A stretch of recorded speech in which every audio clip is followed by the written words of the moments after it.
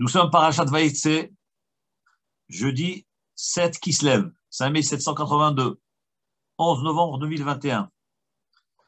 Le sujet que nous allons traiter ce soir, Be'ezrat Hashem, c'est à savoir qui sont les vrais protecteurs de la ville. Qui c'est les Shomrim? Qui protège véritablement? Ça, c'est le sujet. Le premier verset de la Torah nous dit, dans Parashat Vaïtse, Vayetse Yaakov bi Be'er Sheva. Yaakov est sorti de la ville de Be'er Sheva. Vayeler Harana, et il a été à la ville de Haran. Donc, Yaakov quitte sa ville, la ville d'Eretz Israël, Be'er Sheva, et il va donc se diriger vers la ville de Haran. Là, les Chachamim nous posent un gros problème. Lorsqu'un homme part en voyage, alors on lui demande, vous allez où? Ben, il dit, par exemple, je vais à Paris, ou je vais à Genève, ou je vais en Eretz Israël. Donc la réponse est le but à atteindre. Ici, la Torah dit quelque chose de très étonnant. La Torah aurait dû dire, Vayeler Yaakov Harana ou Haran. Pourquoi la Torah nous parle de la sortie et de l'arrivée? Lorsqu'on quitte un lieu, on part quelque part, on dit je vais à tel endroit. Pourquoi ici dans la paracha de Yaakov Avinu, de Vayetse, la Torah nous parle de deux notions. Vayetse Yaakov et Be'er Sheva. Yaakov a quitté la ville de Be'er Sheva et il est allé à Haran. Voilà la question qui est posée. Cette question est rapportée dans plusieurs Mefarshim, et c'est rapporté dans un livre qui s'appelle Ma'ayana Shel Torah. Alors là-bas, le Rav explique de la manière suivante, que tout va dépendre du but recherché. Il y a celui qui va vouloir aller à Paris, donc on lui demande tu vas où? Il dit ben, je vais à Paris. Donc son but n'est pas de quitter sa ville, son but c'est d'arriver à Paris. D'autres, leur but n'est pas d'arriver à Paris. C'est carrément de quitter sa ville. Il ne veut plus rester dans sa ville. Quel que soit le lieu où il va atterrir après. Là, le bonhomme, il va dire, il demande, tu vas où? Il dit, moi, je quitte ma ville. Je m'en vais. Donc, le Chachamim m'explique que l'expression qu'on utilise en général, c'est en fonction du but recherché. Alors là, lorsque la Torah nous parle de la sortie de Yaakov de Be'er Sheva. Et elle nous parle de l'arrivée de Yaakov vers la ville de Haran. C'est que là, effectivement, il y a deux objectifs recherchés. Quels sont donc les objectifs qu'il y avait dans cette histoire de Yaakov? Nous savons très bien que Yaakov Avinu, la raison pour laquelle il a quitté Be'er Sheva, pourquoi? Il avait deux ordres de ses deux parents, de Yitzhak et de Rivka. Yitzhak lui dit, écoute mon fils, il faut que tu ailles te chercher une femme de ma famille, à Haran. Donc, quel est donc le but recherché par Yitzhak? C'est que Yaakov aille à la ville de Haran. Voilà le but recherché. Maintenant, sa maman, la maman de Yaakov, quel est le but qu'elle a donc demandé à son fils? Évidemment, elle est aussi d'accord que son fils aille se marier, trouver une fille de Haran. Mais essentiellement, Rivka a dit à son fils, écoute Yaakov, je ne voudrais pas te voir mourir, toi et ton frère en même jour. Le même jour, toi et Esav, tu lui as pris ses brachot, il cherche à te tuer, alors fuis, va vite à Haran. Donc là, nous disent les Chachamim, lorsque la Torah dit, Vayetse Yaakov mi Be'er Sheva, Yaakov est sorti de la ville de Be'er Sheva, le but était justement de quitter cette ville, c'était de fuir. Ça, c'était l'objectif que la mère lui avait demandé de réaliser. C'est pour cela que la Torah nous dit Vayetse Yaakov et Be'er Sheva. Donc le but recherché, c'était de fuir la ville, de quitter la ville pour fuir Esav. Maintenant, Vayel Harana, lorsque la Torah nous dit que Yaakov est allé à Haran, eh bien là aussi il y avait un objectif recherché, c'était justement le commandement de son père. de Yitzhak qui lui a dit, va à Haran te chercher une femme de ma famille. Donc, Vayelech Harana, il a été à Haran. Donc là, nous disent les Chachamim, nous comprenons l'expression, cette tournure que Yaakov est sorti de la ville de Beersheba et est allé à la ville de Haran. Parce que là, effectivement, il y avait deux missions. La première était de quitter la ville, de fuir son frère Esav. Ça, c'était l'ordre de sa maman Rivka. La deuxième mission était Vayelech Harana. Il est allé à Haran. C'est un deuxième objectif qui lui a été donc demandé par son père Yitzhak d'aller chercher une femme à Haran. Donc nous comprenons les deux expressions Vayetse, Vayelech. Mais nous voyons en fin de compte que Yaakov Avinu a réalisé la mitzvah de Kibud Av Vaem pleinement. Le respect du père, le respect de la mère. Il a écouté aux deux. Il a fui son frère, il a été pour chercher une femme à Haran. Ça, c'est pour expliquer le pasouk. Le Midrash nous pose un autre problème. Le Midrash dans Bereshit Rabbah pose une question.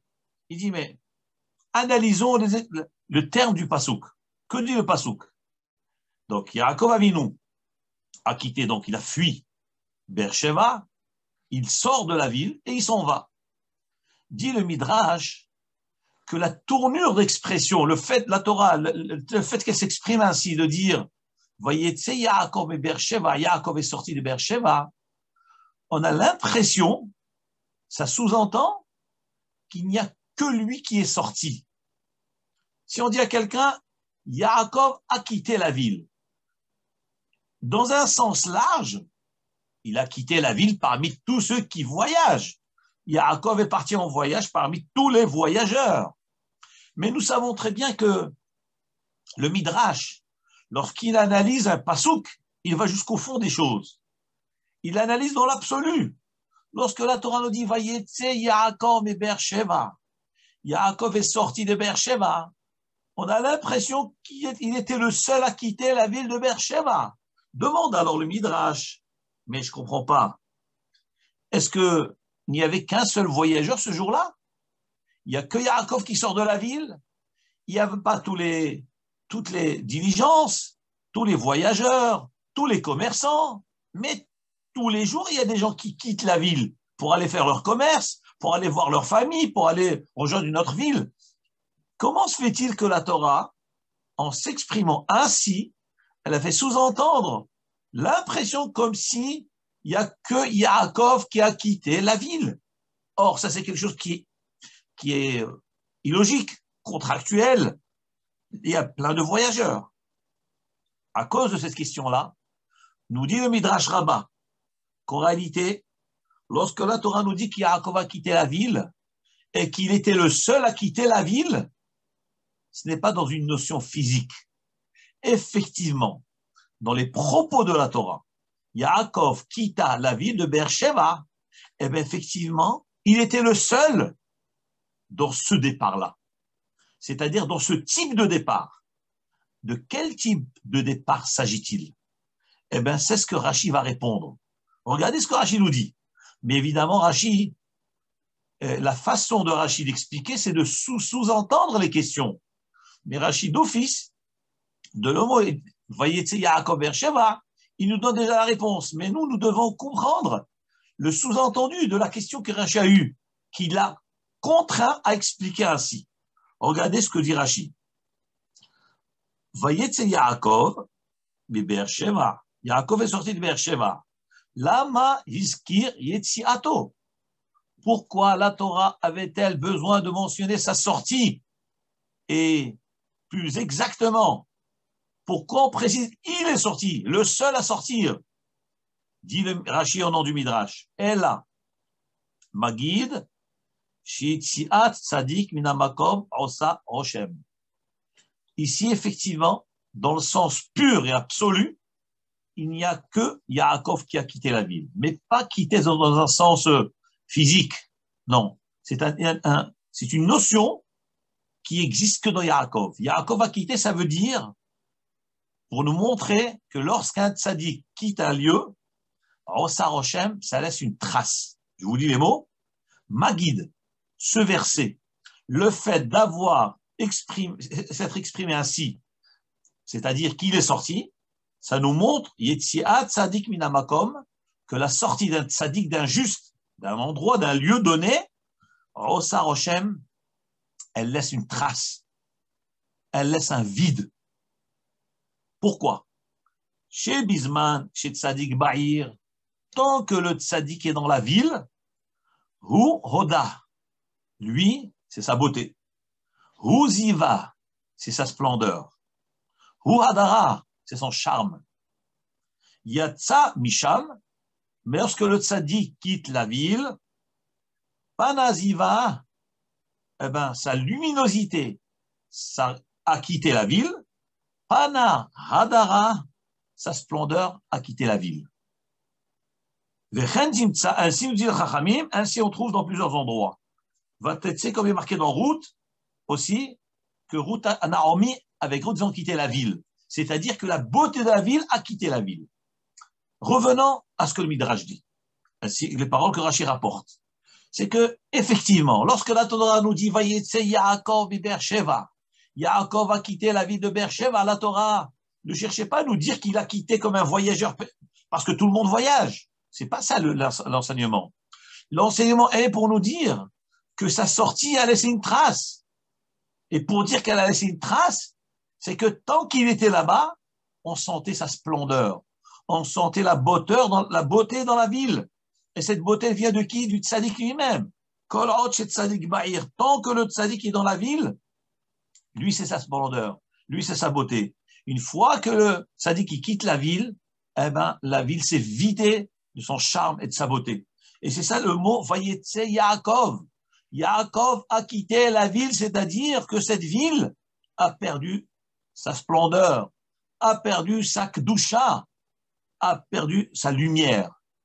Donc nous voyons le kohar d'un tzaddik dans une ville. Lorsqu'un tzaddik se trouve dans une ville, il protège la ville, il éclaire la ville, sa kedusha rayonne dans la ville. Et c'est ce que la Torah nous enseigne dans le premier passouk de cette paracha-là. Mais là se pose un autre problème.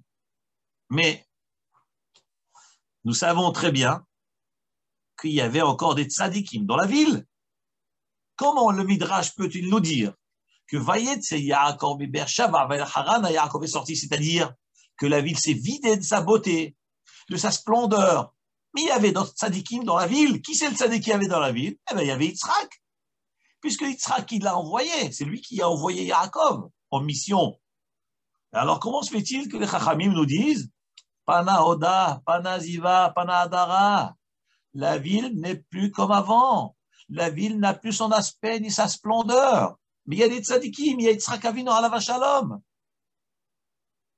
Là, on peut expliquer de plusieurs façons. Nous savons très bien, il est vrai qu'il y a des tzadikim, plusieurs tzadikim dans une ville.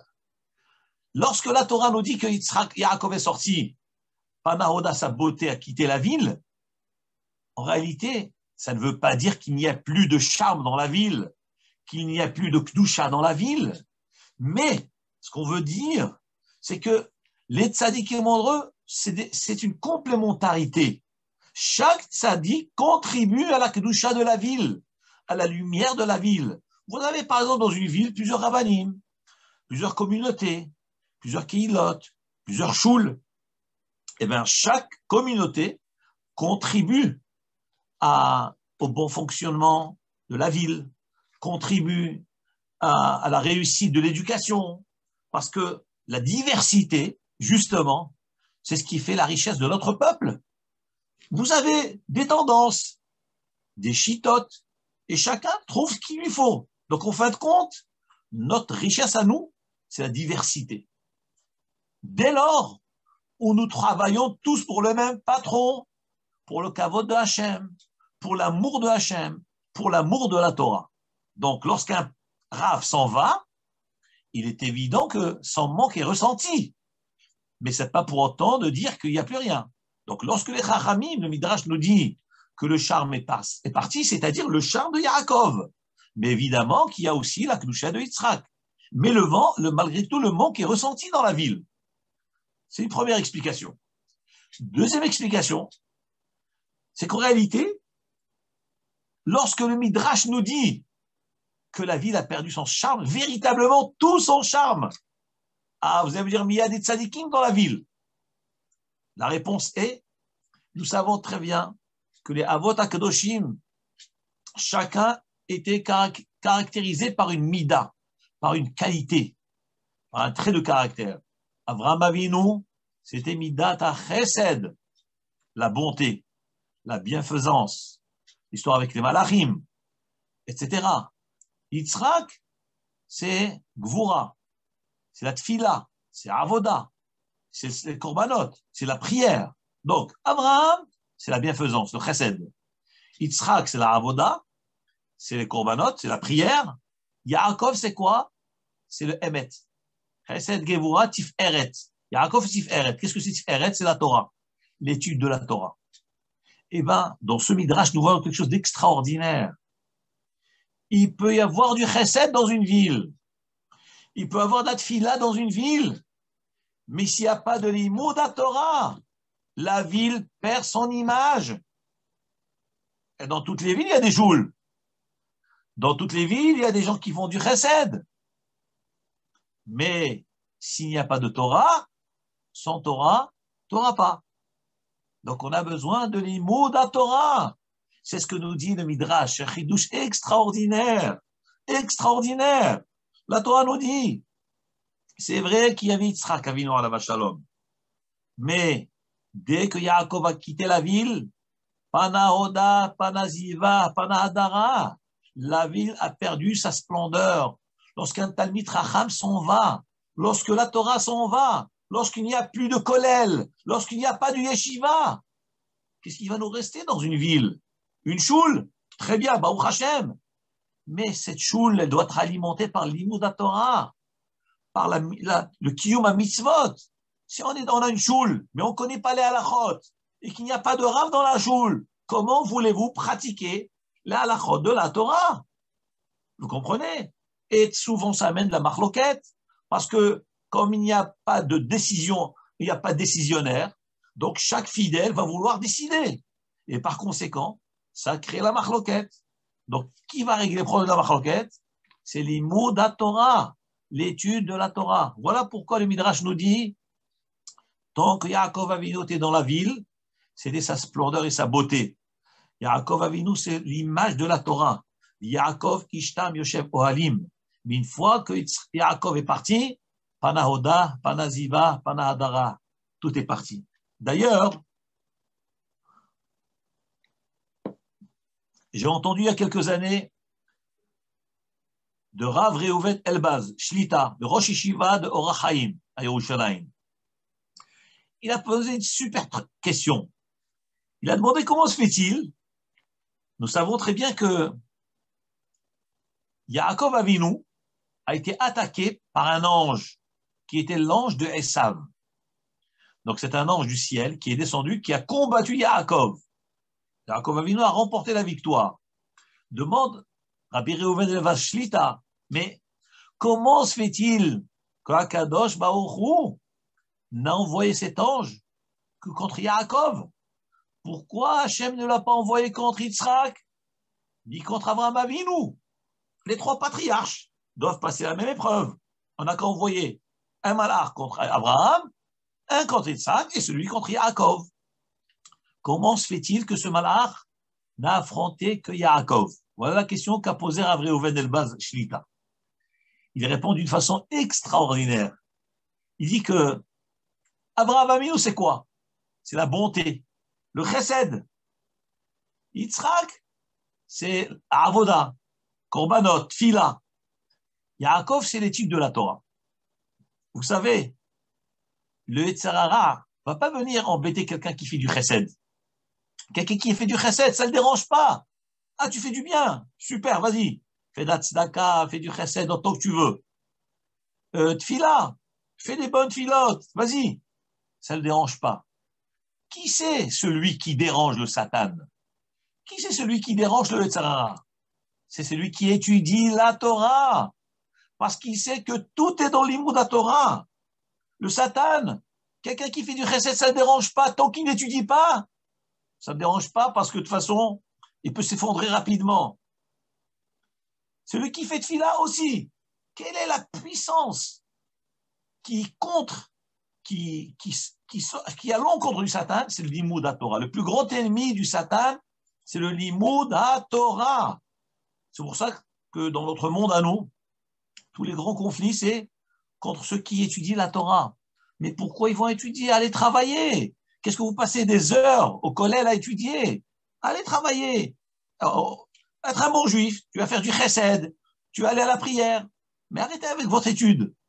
Le Olam tient sur la Torah. Le malach de Esav, il ne combat pas le chesed. Il ne combat pas la tfila. Il combat celui qui étudie la Torah. Voilà pourquoi le malach de Esav n'a affronté que Yaakov Avinu, qui est le symbole de la Torah. Parce qu'il sait très bien que la force du peuple juif, c'est l'imoud à Torah. Vous enlevez la Torah, il ne reste plus rien. On a déjà vu ça. Combien de bonnes familles, de gens très bien, dont les parents, c'est des talmid, des chachamim, des grands rabbanim, dont les grands-parents, c'est des dayanim. Les enfants, ils sont quoi? Et les petits-enfants, ils sont quoi? De génération en génération, ça baisse. Si le grand-père est un dayan, le fils est un bon juif. Il garde les mitzvot. Mais avec les mitzvot, on n'est pas sauvé.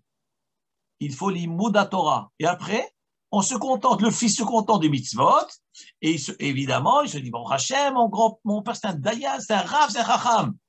Mais qu'est-ce qui transmet cet homme à ses enfants? Il transmet que le mitzvot. Donc, ça va baisser. Arrivé à certaines générations, il ne reste plus rien. La seule force que nous avons, c'est l'imoud à Torah. Les familles qui ont pu tenir et qui ont pu transmettre, c'est ceux qui ont mis leurs enfants dans l'imoud à Torah. Même si ce n'est pas des enfants toute la journée au kollel, mais c'est ceux qui ont investi dans l'étude de la Torah. C'est la seule valeur sûre que nous avons. C'est l'imoud à Torah. Je ne dis pas qu'il ne faut pas aller gagner sa vie. Je ne dis pas qu'il ne faut pas travailler. Je ne dis pas qu'il ne faut pas faire du chesed. Il faut tout faire. Mais le limoud à Torah, c'est indispensable. On ne peut pas sans limoud à Torah. Et donc, on comprend ce que le Midrash nous dit, que Yaakov Avinu a quitté la ville, et bien, Pana Oda, Pana Ziva, Pana Adara, la splendeur, et effectivement, bien qu'il y avait Yitzhak là-bas, Yitzhak, c'est le symbole de la Avoda, mais l'imoud à Torah, c'est Yaakov Avinu. Donc là-bas, c'est l'imoud à Torah. Les Chachamim nous disent que une ville, il n'y a pas de Talmid Chachamim, elle est Besakana, elle est en danger. Ceux qui protègent la ville, c'est les Talmidei Chachamim, les Lom des Torah, ceux qui sont assis à étudier la Torah. David HaMelech Alav Shalom, il dit dans son Sefer Tehilim, Mizmor 127, Im Adonai lo yivne bait. Si Hachem ne bâtit pas une maison, Shav Amlu Bonavo, eh ben, ceux qui vont œuvrer dans cette maison, ils vont œuvrer en vain. Parce qu'il faut qu'il y ait la main de Hachem pour fonder un endroit, une maison, une choule. Il faut la main de Hachem. Im Adonai lo yishmarir. Si Hachem ne protège pas une ville, Shav Shakat Shomer, en vain, le gardien a œuvré pour garder la ville. Pourquoi? David HaMelech Alav Shalom, il dit, ce n'est pas le gardien qui garde la ville. Ce n'est pas le policier, ce n'est pas le soldat, ce n'est pas les armes. Je ne dis pas que c'est rien, je n'ai pas dit ça. Évidemment, on a besoin d'être protégé, on a besoin d'avoir des gardiens, on a besoin d'avoir des soldats, une armée. Et évidemment, Hachem, qui garde la Torah, les mitzvot, qui garde le Shabbat, on a besoin. Mais il faut savoir que la protection, c'est par Hachem. Comme David HaMelech dit, Im Hachem lo yishmorir, c'est Akadosh Baruch Hu ne garde pas une ville, Shav Shakat Shomer. En vain, le gardien a gardé. Il ne va rien garder du tout. Et les Chachamim ils disent pourquoi c'est en vain. Parce que lorsque vous avez un shomer dans une ville, un gardien, vous mettez toute votre émouna dans ce gardien-là, dans ce shomer-là. Et du coup, vous appuyez sur lui. Il nous dit les Chachamim, Lorsqu'un homme il met toute sa confiance dans un chômeur, dans un gardien, alors il détourne sa émouna de Hachem. Alors que c'est Hachem qui est béhémet le chômeur. Hachem, chômeur, Israël, c'est Akadosh Baruch Hu qui est chômeur. Évidemment, cette shmira, cette protection, elle se fait à travers des intermédiaires. Mais un homme qui est investi dans la shmira d'un homme et qui ne pense qu'il n'y a que ça, que les caméras et que les hommes, etc. Mais c'est pas ça la shmira. Sans parler de ceux qui engagent des juifs le Shabbat et qui leur font transgresser le Shabbat pour garder la choule. Comment voulez-vous que cela sera protégé? Comment voulez-vous que la shmira soit faite? C'est Akadosh Baruch Hu qui est chômeur. Lorsqu'on engage quelqu'un, ou bien c'est un goy, un non-juif qui lui n'a pas la contrainte de l'observance du Shabbat, donc il va venir garder, ou bien, évidemment, il faut que ce soit dans les normes du permis, ou bien si c'est un juif, il faut que ce soit dans la halakha, que ce juif-là ne transgresse pas le Shabbat pour protéger les autres. Si on le fait transgresser le Shabbat, on a gagné quoi? On est mechalel Shabbat à un juif. On n'a pas de shmira. Dommage pour cet argent. Et dommage pour ce pauvre juif qu'on est en train de pousser à ne pas garder la Torah et les mitzvot. Donc, nous dit David Amalek, Im Hashem lo ishmor'ir. C'est Akadosh Baruch Hu ne garde pas la ville. Shav, Shakad, Shomer. C'est en vain, cette protection. D'ailleurs, alors qui c'est véritablement le protecteur? Qui c'est vraiment les protecteurs de la ville, des choules, des communautés? Le Navi Yeshaya alav Shalom nous dit, dans le chapitre 62, verset 6, c'est un verset que nous connaissons tous. Al homotaich Yerushalayim, sur tes murailles Jérusalem, Ifkati Shomrim, j'ai installé des gardes, Kol hayom vechol halayla, jour et nuit, toute la journée et toute la nuit. Comme ça, Ishaïa Navi nous dit, sur tes murailles, Jérusalem, moi, Hachem, Hifkalti, j'ai nommé des gardiens, Kol hayom vekol halayla, toute la journée et toute la nuit. Tamid, toujours, le Yecheshu, ils ne se taisent pas. Hamaskirim et Hachem, ceux qui rappellent le nom d'Hachem. Alors, nous disent les Chachamim, de quoi on parle ici? On parle des Talmidei Chachamim, Akadosh Baruch Hu. Il a mis sur Yerushalayim Shomrim. Qui c'est les Shomrim de Yerushalayim? Qui c'est les gardiens de Jérusalem? C'est Talmid les Cheshus, ceux qui ne se taisent jamais. Qui c'est qui ne se taisent jamais? Qui c'est? C'est les Talmidei Chachamim, les Bachorei Yeshiva, les jeunes garçons qui sont assis en train d'étudier la Torah. Voilà ce qu'on appelle les Shomrim. Voilà ce que dit Navi Yeshaya. Comment on les appelle? D'abord, Shomrim, Kol hayom vekol halayla, sans relâche. Vous imaginez un gardien qui ne relâche pas. Un gardien, il s'endort, il somnole.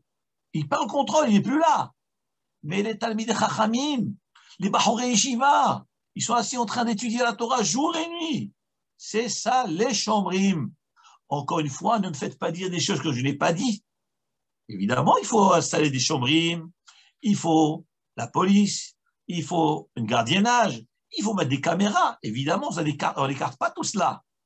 Mais au fond, qui c'est le vrai chômeur? C'est les Lomdei Torah, ceux qui s'adonnent à l'étude de la Torah. C'est ce que le Navi Yeshaya nous dit. La Gemara nous rapporte dans Maseret Menachot, Daf Pezaïn, que ce pasouk-là, il a une autre explication. Qui c'est les Shomrim? C'est des malachim du ciel à Kadosh Baruch Hu. Il envoie des malachim pour protéger Yerushalayim et protéger Am Israël là où il se trouve. Donc il faut savoir que nous avons chiyuv évidemment de faire ishtadlut, d'installer des gardiens ou des caméras, c'est évident. Je comprends. Encore une fois, dans les normes du permis, sans transgression de Shabbat, dans les normes de la Torah. Mais il faut savoir que la protection, ce n'est pas ça. Ça, c'est juste ishtadlut. Hachem nous demande de faire cela pour montrer que c'est pas, on ne s'appuie pas sur le miracle.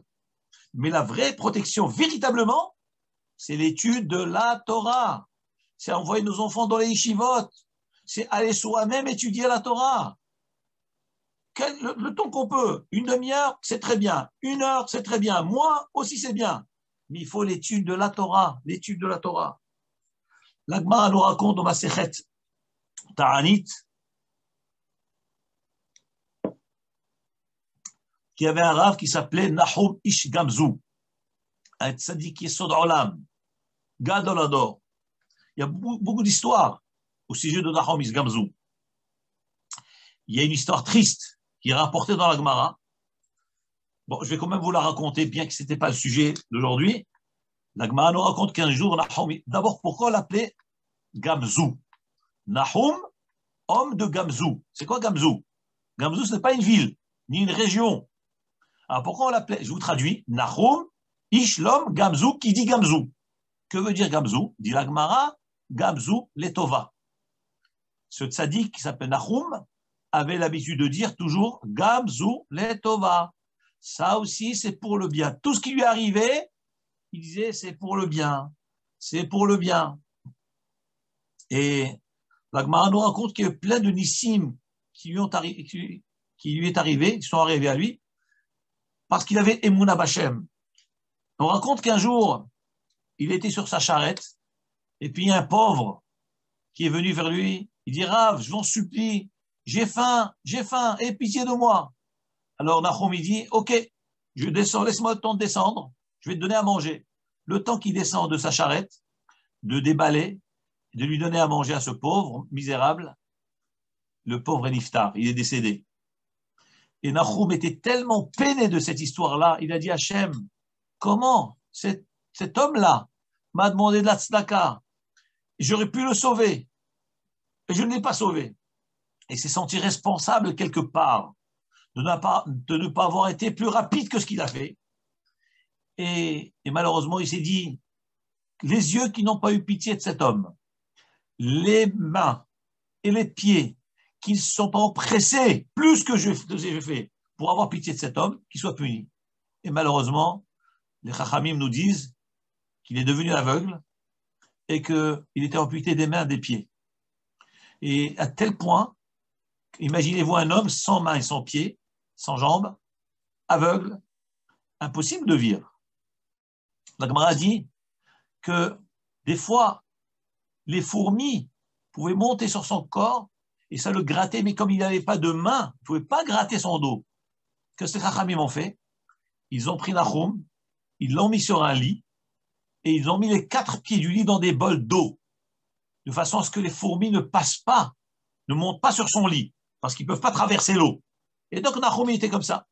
Il vivait comme ça, jusqu'à son dernier jour. Un jour, la Gemara nous raconte dans Masechet Ta'anit qu'un incendie s'est déclaré dans la maison de Nahum. Un grand feu. Alors les membres de la famille sont venus, ils ont dit vite. Viens, Nahum, on te sort. Viens, on va te sauver vite parce qu'il y a un incendie. Il leur a dit, Nahum Ishgamzu leur a dit non. Regardez ce que vous allez faire. D'abord, évacuer les affaires de la maison. Videz tout. Ils ont dit, mais non, mais chas v'shalom, ça va s'effondrer. C'est une sakana. Il leur a dit, Nahum, tant que je suis dans la maison ne va pas s'écrouler. Donc, allez sauver les biens qu'il y a dans la maison. Sortez tout. Et c'est ce qui s'est passé. Il y avait un incendie très fort. Ils ont eu le temps de tout enlever, tout vider. La maison a tenu. Mais dès qu'ils ont sorti Nahum de la maison s'est effondrée. Et la Gemara nous dit, il leur a dit, tant que Nahum était dans la maison n'est pas tombée. Une fois qu'on a sorti Nahum, la maison s'est effondrée. La Kdusha d'un tzaddik, la Kdusha d'un Talmid Chacham. Le Olam tient sur les Talmidei Chachamim. Il faut savoir, il faut avoir Emouna Bachem. On est Ma'amin Bachem que c'est la Torah qui maintient le monde. Comme il est marqué dans le Passouk, Im lo beriti yomam valayla, chokot shamayim va'aretz lo samti. Sans la Torah, le monde ne peut pas tenir. Donc c'est les Torah qui font maintenir le monde en équilibre. La Gemara nous raconte que Rabbeinu Akadosh, Rabbi Yehuda Hanassi, l'auteur des Mishnayot, il a eu un onesh, il a eu des issourines, il a eu des souffrances, parce qu'un jour, La Gemara nous dit qu'un jour, il marchait dans la rue, il y a un veau qui s'est échappé d'un abattoir, et le veau a pleuré devant Rabbeinu Akadosh. Il lui a dit, Rav, sauvez-moi, je vous en supplie, sauvez-moi. La Gemara a dit que le veau a parlé. Et alors, Rabbeinu Akadosh lui a dit, comme, sauf Adam Lamout, la fin de l'homme, c'est la mort, tout homme va mourir, sauvez-moi la shrita, la fin de l'animal, c'est pour la shrita, pour l'abattage. Et alors, le veau a baissé la tête, il est reparti. Et à cause de ces paroles-là, Rabbeinu Akadosh a été puni.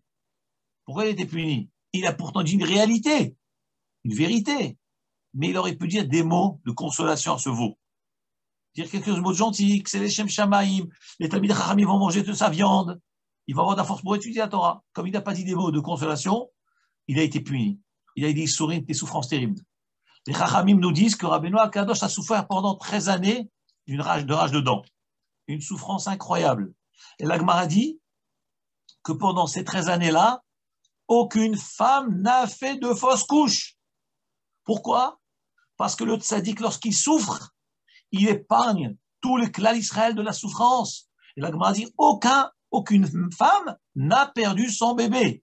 Bisrout, la souffrance que Rabbeinu Akadosh a eu et a subi pendant 13 années. Qu'est-ce que nous voyons là? Que les Talmidei Chachamim, c'est les vrais protecteurs. Les Talmidei Chachamim, ils souffrent pour nous. Ils nous sauvent la vie. Qu'est-ce que c'est un Talmid Chacham? C'est celui qui est attaché au limoud à Torah. Ça peut être un jeune bachour, un jeune garçon qui étudie la Torah avec assiduité, avec amour. Eh bien, Hakadosh Baruch Hu protège toute la vie.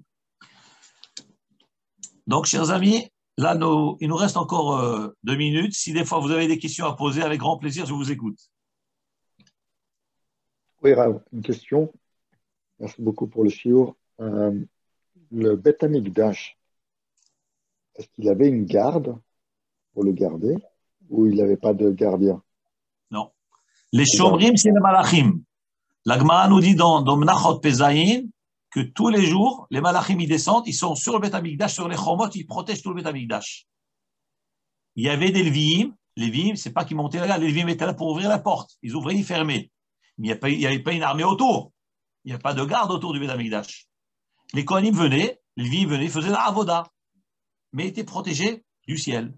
Et le jour où Hachem a décidé de le détruire à cause de nos Averot, alors automatiquement, donc il a été détruit. Aucune protection ne pouvait servir. Parce qu'il faut qu'il y ait le décret de Hachem, eh ben, malheureusement, le décret arrive. Et la colère de Hachem se déverse sur le Beth Amikdash. Et c'est ce qui a détruit le Beth Amikdash. Et Yerushalayim aussi avait une garde ou n'avait pas de garde? Non, apparemment non.